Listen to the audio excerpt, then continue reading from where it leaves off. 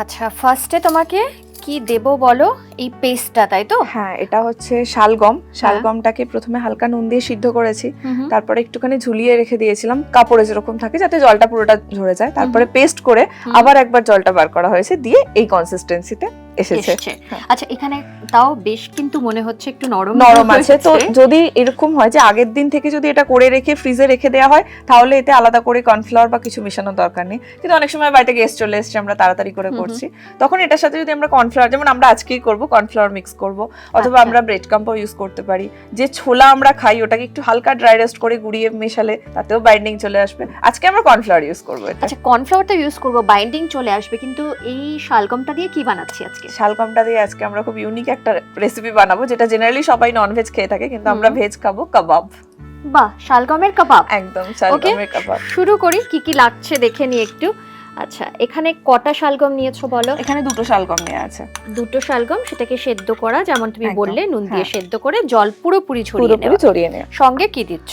সঙ্গে দেব ছোলার ডাল। ছোলার ডালটাও সিদ্ধ করা নুন দিয়ে, তার সাথে ওটাকেও একটু পেস্ট করে নেওয়া আছে, হালকা পেস্ট করে নিয়েছো। ছোলার ডাল কতটা? একদম যতটা শালগম ততটাই ছোলার ডাল, মানে এখানে আমার 3 চামচ গেছে, তো 3 চামচ ছোলার ডালও যাবে। 3 চামচ মেনলি কাবাবের সাথে কাটলেটের ডিফারেন্স কিন্তু এই ছোলার ডালই আনে। যদি আমরা এটাকেই এর সাথে যদি ছোলার ডাল না মিশিয়ে ময়দা দিয়ে দিতাম, তাহলে এটা কাটলেট হয়ে যাবে।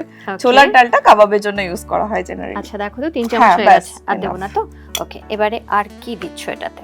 এতে এরপর যাবে কর্নফ্লাওয়ার বাইন্ডিং এর জন্য, যেহেতু আমরা একটু আমাদের পাতলাই আছে কনসিস্টেন্সিটা। 3 চামচ। কিন্তু কেউ যদি খুব ভালো করে জলটা ছড়িয়ে নেন, কোনো প্রয়োজন নেই তাহলে আর কর্নফ্লাওয়ার বা কিছু ইউজ করার। 3 চামচ। আর কি দিচ্ছি? আগে এটা একটুখানি ভালো করে মিক্স করে নেব, তারপর বাকি ইনগ্রেডিয়েন্ট গুলো। ওকে, আজকে যেহেতু আমরা শালগমের কাবাব বানাচ্ছি, আর শালগমের কাবাব বানাতে আজকে হরিপাল থেকে আমাদের সঙ্গে মৌমিতা ব্যানার্জি। মৌমিতা যদিও বহু পুরনো বন্ধু হ্যাংলা হেসেলের, তাই তো? একদম, অনেক বছর হয়ে গেল। আচ্ছা, এটাতে হয়ে গেছে মিক্স। এবারে বলো মশলাটা কি কি দিচ্ছ? আচ্ছা, এখানে আমি একটা কথা বলতেছি, এখানে আর একটু আমাদের কর্নফ্লাওয়ার লাগবে, কারণ একটুখানি পাতলাই আছে এখনো। যখন কর্নফ্লাওয়ারটা মেশানো হবে, অ্যাকচুয়ালি রান্নার ক্ষেত্রে আমরা একটা জিনিস জানি, ওইভাবে আমরা ইনগ্রেডিয়েন্টের প্রপার মেজারমেন্ট বলতে পারি না, করতে করতে আমাদের বুঝতে হয়। যেমন আমাদের এখানে আরো 2 চামচ মতো লাগবে কর্নফ্লাওয়ার। এবারে ওই পুরোটাই ডিপেন্ড করছে যিনি রান্না করছেন তার উপরে, কারণ উনি করতে করতে বুঝতে পারবেন যে কতটা প্রয়োজন। আচ্ছা, দেখো দরকার হলে আরো দিচ্ছি। আচ্ছা, এটা তো ভালো করে মিক্স হয়ে গেছে না? আর এবারে কি মশলা দেবে নাকি? মশলা দেব, তার আগে দেখো টেক্সচারটা আর একটুখানি বাইন্ডিংটা এলে ভালো হয়, তো আমরা একটুখানি ব্রেড ক্রাম্ব ইউজ করব। আচ্ছা, 1-2 চামচ মতো। আর এটা দেওয়ার আরেকটা কারণ হচ্ছে যে যেহেতু এরপর আমরা কুচনো পেঁয়াজ দেব, তো পেঁয়াজ একটুখানি জল রিলিজ করবে, সেই রিলিজটাকে তো আমাদের মারতে হবে, তো সেটার জন্য ব্রেড ক্রাম্বটা সেই কাজটা একটু হেল্প করবে। ওকে,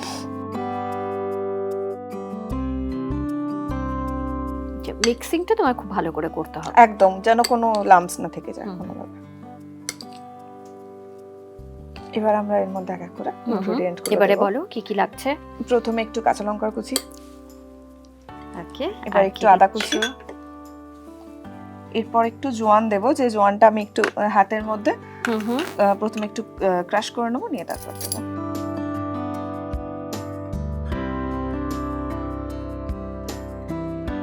আচ্ছা, এটার যে ফ্লেভারটা সেটা বোধহয় এর মধ্যে ভালো আসবে না? ওকে, আচ্ছা, আর কি দিচ্ছ? এবার এর মধ্যে আস্তে আস্তে আমাদের যে গুঁড়ো মশলাগুলো আছে সেগুলো দেবো। প্রথমেই তো সল্ট, এরপর দেবো একটু আমচুর পাউডার 2.5, তার মানে বেশ খানিকটা। আর দেবো না, এরপর আমরা দেবো ধনে গুঁড়ো আর সামান্য রসুন কুচি, মানে হাফ টিস্পুন। এবার পেঁয়াজটা লাস্টে, পেঁয়াজ কতটা দিচ্ছ?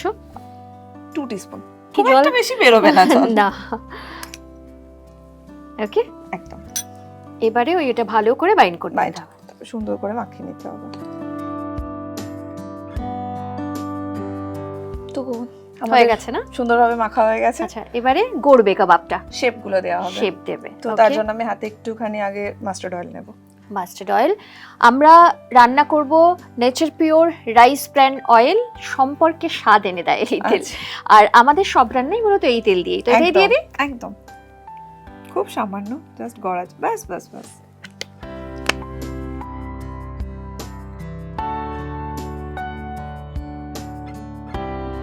আচ্ছা, এটা নরমাল যেরকম কাবাবের শেপ হয় সেটাই একদম। দিচ্ছ তো? অনেকটা গালাউটি কাবাব যেরকম খেতে লাগে না, এটা খেলে ঠিক ওরকম একটা টেস্ট আসবে, মানে যেটা আমরা চিকেনের খেয়ে থাকি, তো তার বদলে এটা আমার মনে হয় বাড়িতে যদি বানিয়ে একবার টেস্ট করা হয় তো বুঝতে পারবে পুরো সেম টাইপের টেস্ট আসে, মুখে দিলেই মিলিয়ে যায় পুরো। আচ্ছা,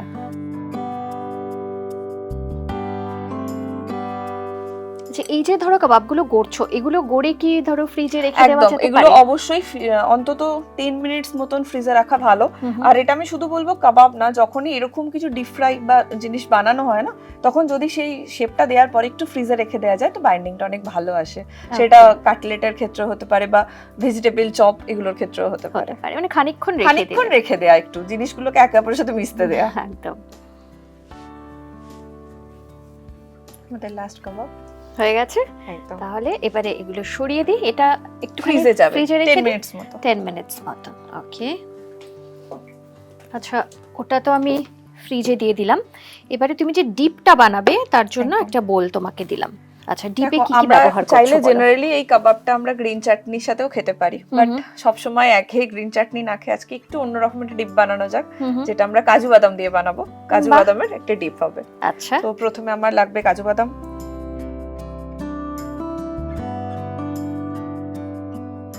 আচ্ছা, এতে এবার আমার লাগবে একটুখানি আদা কুচি আর একটু রসুন কুচি, কাঁচা লঙ্কা স্বাদ মতো। তুমি একটু ঝাল বেশি খাও, একটু ঝাল বেশিই দিচ্ছি আদা দিয়ে একদম।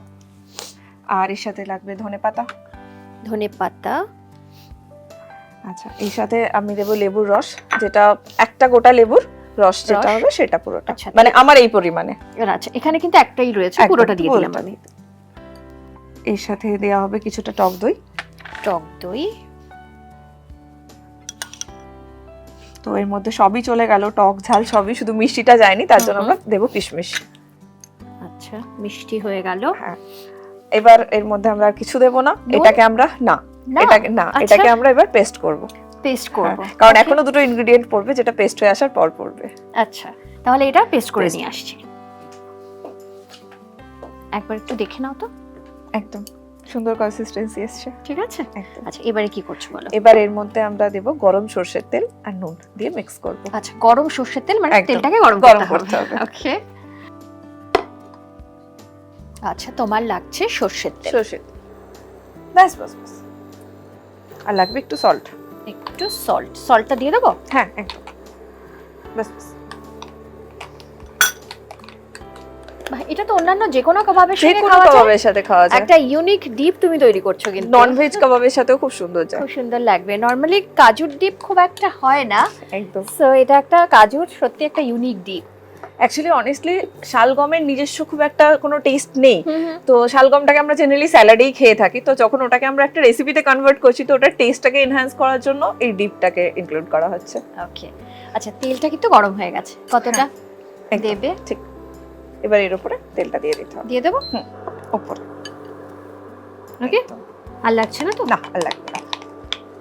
তো আমাদের ডিপ রেডি, আর আমাদের কাবাবও এতক্ষণ ফ্রিজ হয়ে গেছে। এবার ওটাকে আমি নিয়ে আসছি, দাঁড়া। একদম।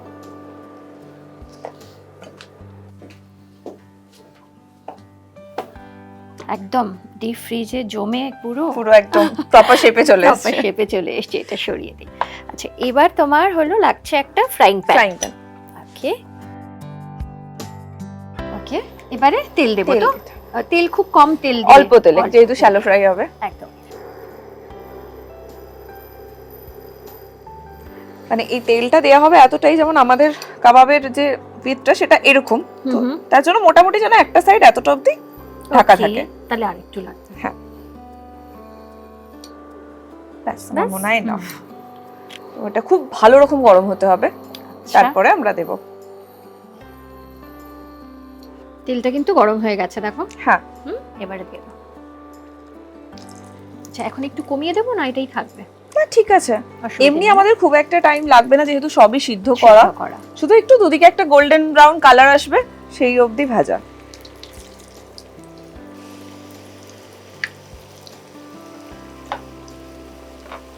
একটা সাইড 1 মিনিট বা 1.5 মিনিট, আর একটা সাইড 1.5 মিনিট, তাহলেই ব্যাস। এত কম? ওকে, এটাই ভেজিটেরিয়ান রান্নার সুবিধা, তাড়াতাড়ি হয়ে যায়। আর এটা বেশ কম সময় রেসিপি, খুব তাড়াতাড়ি হয়ে যায়। চটজলদি পার্টি স্ন্যাক্স, বাড়িতে হঠাৎ লোক চলে এলে তাড়াতাড়ি হয়ে যাবে। ঠিক। আর কেউ যদি মানে জানা থাকে যে বাড়িতে কেউ গেস্ট আসবে, কেউ সে তো অবশ্যই আগে থেকে একটুখানি রেডি করে রাখতেই পারে, করে রাখতে পারে। ধরো এইভাবেই ফ্রিজে রেখে দিল, একদম জাস্ট বার করে ভেজে নেওয়া।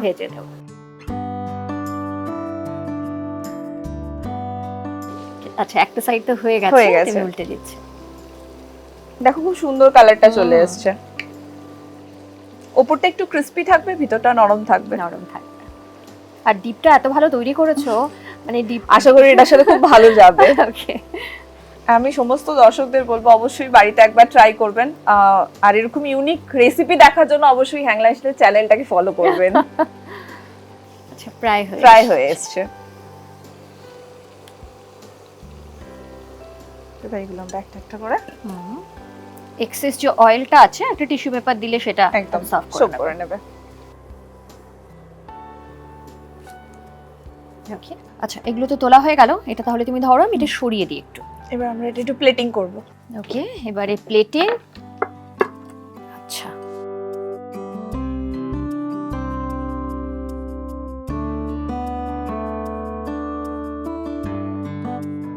তৈরি শালগমের কাবাব, খুব কম সময়ের একটা রেসিপি।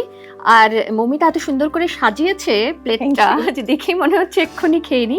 তো খেতে তো হবেই, কারণ টেস্ট করতে হবে আর দর্শকদের বলতে হবে যে কেমন হলো খেতে। তো প্লিজ টেস্ট করো। একদম, তুমিও, একা নয়।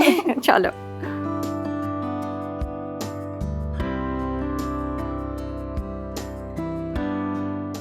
চলো দেখা যাক।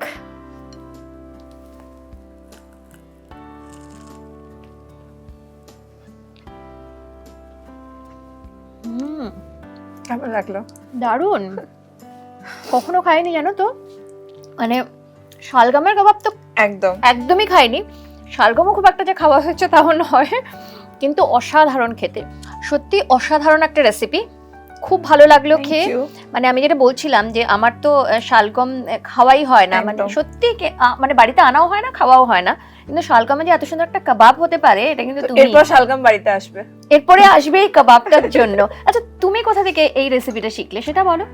এটা অ্যাকচুয়ালি শিখলাম বলতে ওই মানে বিভিন্ন জিনিস ঘাটতে হয় না, মানে কাবাবের জেনারেল ইনগ্রেডিয়েন্ট গুলো দেখিয়েছো কাবাবের মতোই, শুধু জাস্ট মেইন ইনগ্রেডিয়েন্টটা চেঞ্জ। যেহেতু আমি নন ভেজ থেকে ভেজে এসেছি, তো এখন কি হয় আমি ভাবতে থাকি কি ভেজ কি কি ভ্যারিয়েশন আনা যেতে পারে রান্নার মধ্যে, তো নিজেরও একটু ভালো লাগে। তো এইরকম ভাবতে এই জিনিসটা এসেছে আর কি। ওকে, কিন্তু খুব ভালো একটা মানে রেসিপি এটা। আর তোমাকে তো আলাদা করে থ্যাংক ইউ বলবো না, কারণ তুমি আমাদের সঙ্গেই রয়েছো, সব সময় থাকো। সো খুব ভালো থেকো, আর এরকম ইউনিক আরো কিছু ভেজ রেসিপি নিয়ে তোমার সঙ্গে নিশ্চয়ই দেখা হবে আগামী দিনে। ওকে, আর তোমার জন্য আমাদের হেসেলের তরফ থেকে ছোট্ট একটা উপহার। Thank you, most welcome. Nature pure rice bran oil, একদম কোলেস্ট্রল ফ্রি, আর এতে রয়েছে এমন একটি উপাদান যা হৃদয়কে সতেজ রাখে। তাই শরীর এবং হৃদয়কে সুস্থ ও সতেজ রাখতে আজই নিয়ে আসুন nature pure rice bran oil, যা এক কথায় সম্পর্কে স্বাদ এনে দেয়। ওয়ান্স এগেন তোমাকে থ্যাংক ইউ আমাকে এখানে আসার জন্য, ডাকার জন্য। তোমাকে আলাদা করে এখানে রাখতে হলো, তুমি চলে এসো, এমনি চলে এসো, দেখা হবে, গল্প হবে, আড্ডা হবে, আর সঙ্গে রান্না হবে। একদম, খুব ভালো থেকো।